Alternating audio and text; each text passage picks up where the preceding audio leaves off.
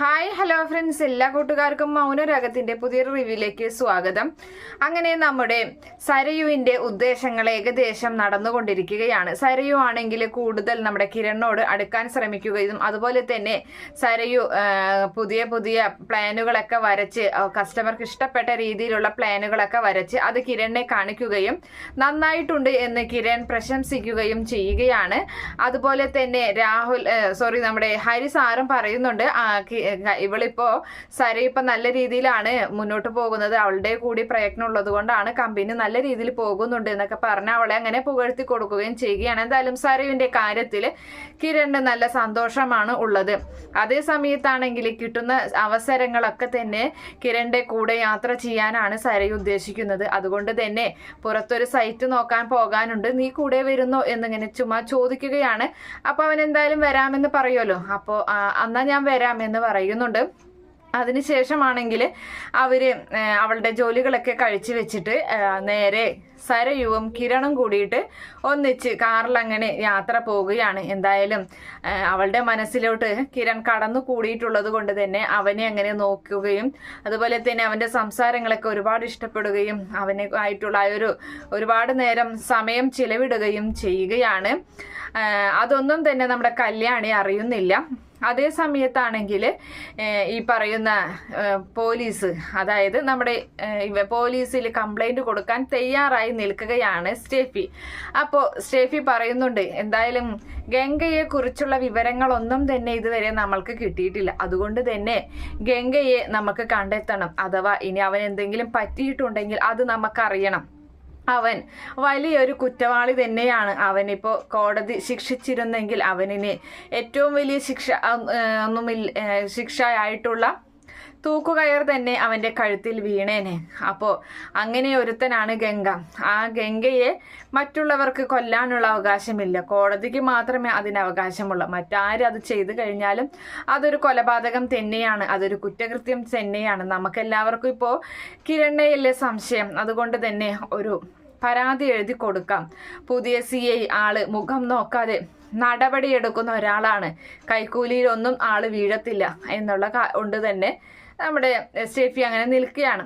അപ്പം എന്തായാലും ഗംഗയുടെ കൂട്ടുകാരന്മാർ പറയുന്നുണ്ട്, അതെ നീ ഒന്ന് സൂക്ഷിക്കണം കേട്ടോ, എന്തായാലും ഗംഗയെ നീ അത്രയ്ക്ക് അങ്ങ് അന്ന് വലിയ ഇതൊന്നും പറയണ്ട എന്ന് പറയാണ്. അതെന്താ അങ്ങനെ പറഞ്ഞതെന്ന് ചോദിക്കുമ്പോൾ, അതെ ഇതിനു മുമ്പ് അവനൊരു കാട്ടിലല്ലേ ആയിരുന്നത്, ആ കാട്ടിലെ പെൺകുട്ടി അമലു എന്ന് പറയുന്ന പെൺകുട്ടി അവൻ തിരികെ വരുന്ന സമയത്ത്, കാട്ടിൽ നിന്ന് പുറത്തേക്ക് വരുന്ന സമയത്ത് ആ പെൺകുട്ടി ഗർഭിണിയായിരുന്നു, ഇവന്റെ കുഞ്ഞ് അവളുടെ വയറ്റിലുണ്ടായിരുന്നു എന്ന് സ്റ്റെഫി അറിയുകയാണ്. അപ്പൊ സ്റ്റെഫി പറയുന്നുണ്ട്, എന്താടാ നീ പറഞ്ഞത് എന്നും ചോദിച്ചിട്ട് നമ്മുടെ അവരെ അങ്ങനെ വഴക്കു കൂടുകയാണ്. അപ്പോൾ ഞങ്ങൾ പറഞ്ഞത് സത്യം തന്നെയാണ് എന്ന് പറയുന്നുണ്ട്. എന്തായാലും അങ്ങനെ ഇപ്പോൾ ഒരു പെണ്ണ് അവൻ്റെ കൂടെ തൊട്ടുരുമി നടന്നു കഴിഞ്ഞാൽ ഒരു പക്ഷേ ഏതൊരു ആണിൻ്റെയും മനസ്സ് അത് ഇളകില്ലേ. അപ്പം അതുകൊണ്ട് തന്നെ അങ്ങനെ വീണതാമല്ല, അതെൻ്റെ ഗംഗ അങ്ങനെയൊന്നും ചെയ്യുന്ന ഒരാളല്ല എന്നൊക്കെ പറഞ്ഞ് സ്വയം വിശ്വസിച്ച് അതിലൊരു സമാധാനം കണ്ടെത്തി നേരെ പോകുന്നത് സ്റ്റെഫി പോകുന്നത് പോലീസ് സ്റ്റേഷനിലേക്ക് തന്നെയാണ്. അങ്ങനെ പോലീസ് സ്റ്റേഷനിൽ ചെന്നിട്ട് CIയെ കാണുന്നുണ്ട്. CIക്ക് പരാതി കൊടുക്കുകയാണ്. അപ്പോൾ എൻ്റെ പേര് സ്റ്റെഫി, ഞാൻ ഇവിടെ ജയിലിലാണ് ഉണ്ടായിരുന്നത്, ഇപ്പോൾ പരോളിൽ ഇറങ്ങിയതാണ് 2 ആഴ്ചക്ക്. ഇനി എന്തായാലും എൻ്റെ കാമുകനാണ് ഈ പറയുന്ന ഗംഗപ്രസാദ്, അവനെനിക്ക് ഒരുപാട് ഇഷ്ടമാണ്, ഞങ്ങൾ തമ്മിൽ വിവാഹം കഴിക്കണമെന്ന് തീരുമാനിച്ചതാണ്. പക്ഷേ ഇപ്പോൾ ഞാൻ പരോളിൽ ഇറങ്ങിയപ്പോൾ അവനെ കാണാനില്ല. അവനെന്തോ പറ്റിയിട്ടുണ്ട്, അത് ഉറപ്പാണ്. അതിനു വേണ്ടി സാർ അന്വേഷണം നടത്തണമെന്ന് പറയുകയാണ്. അപ്പോൾ CI പറയുന്നുണ്ട്, ഇത്രയും വലിയൊരു പിടികിട്ടാപ്പുള്ളി എന്ന് പ്രഖ്യാപിച്ചിട്ടുള്ള ഈ പോലീസുകാരുടെയൊക്കെ നാണക്കേടും കൂടിയാണ്, പോലീസുകാർക്ക് നാണക്കേടാണ് അവനെ പിടിക്കാത്തതിൽ. അങ്ങനെ ഒരുത്തൻ്റെ കാമുകിയാണോ നീ എന്നൊക്കെ ചോദിക്കണം.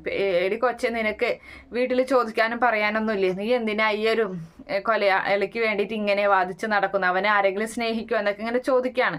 അപ്പം സാറ് ഞാൻ തന്ന പെറ്റീഷൻ എന്താണെന്ന് വെച്ചാൽ അതിനുള്ള നടപടി എടുത്താൽ മതി, സാറ് വേറെ കൂടുതൽ കാര്യങ്ങളൊന്നും അന്വേഷിക്കണ്ട എന്ന് സ്റ്റെഫി പറയുന്നുണ്ട്. അതുപോലെ തന്നെ ഈ പറയുന്ന കാർത്തികയുടെ വിവാഹത്തിൻ്റെ അന്നാണ് ഗംഗയെ കാണാതെ ആയതെന്നും കാർത്തികയുടെ വിവാഹത്തിന്റെ മുടക്കാനായിട്ട് അവൻ അവിടേക്ക് പോയിരുന്നു എന്നും പറയുകയും ചെയ്യുകയാണ്. നോക്കാം, ഞാൻ അന്വേഷിക്കാം എന്നും പറഞ്ഞ് സ്റ്റെഫി അവിടെ നിന്ന് പറഞ്ഞയക്കുകയാണ്. അതിനുശേഷം പോലീസ് നേരെ കിരണിന്റെ വീട്ടിലേക്ക് ചെല്ലുകയാണ്. കിരൺ അതുപോലെ തന്നെ കല്യാണിയും അവിടെ ഉണ്ടായിരിക്കും. പോലീസിനെ കാണുമ്പോൾ തന്നെ കിരൺ തന്റെ നെഞ്ചൊക്കെ ഒന്ന് തടവി അങ്ങനെ ഒരു പേടിയോടുകൂടി നിൽക്കുന്നുണ്ട്. ചെറിയുള്ളിൽ ഒരു നല്ല ഭയമുണ്ട്. അങ്ങനെ ആ സമയത്ത് കല്യാണിക്കാണെങ്കിൽ ഒരു കൂസലുമില്ല. പോലീസ് എന്തിനാ വന്നതെന്ന്, അവളൊരു തെറ്റും ചെയ്തിട്ടില്ലല്ലോ, അതുകൊണ്ട് തന്നെ അവൾക്കൊരു പേടിയില്ലാതെ നിൽക്കുകയാണ്.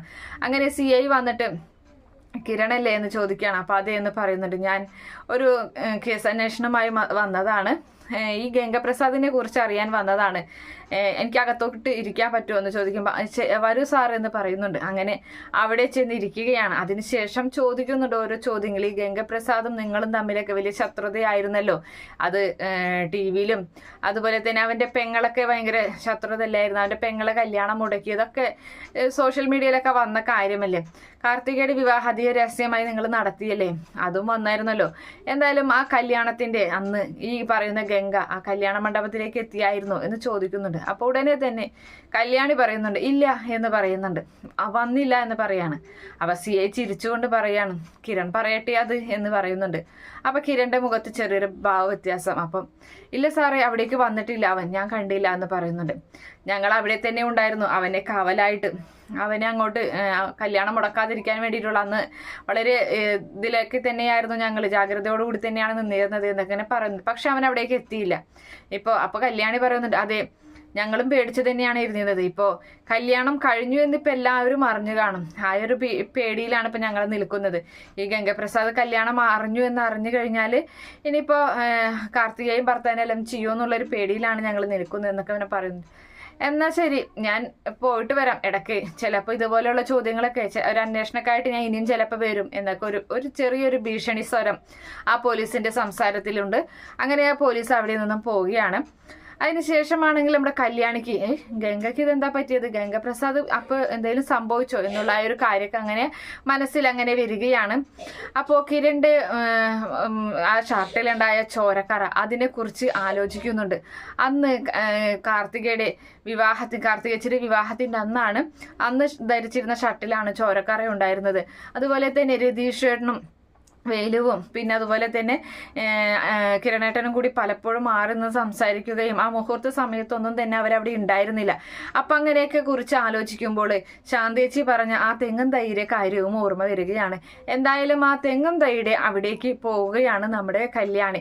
എന്നിട്ട് അവിടെ ചെന്ന് നിന്ന് നല്ല രീതിയിൽ ഇങ്ങനെ ആ തെങ്ങും തൈ ഇങ്ങനെ ചുറ്റും ഇങ്ങനെ നോക്കുന്നുണ്ട്.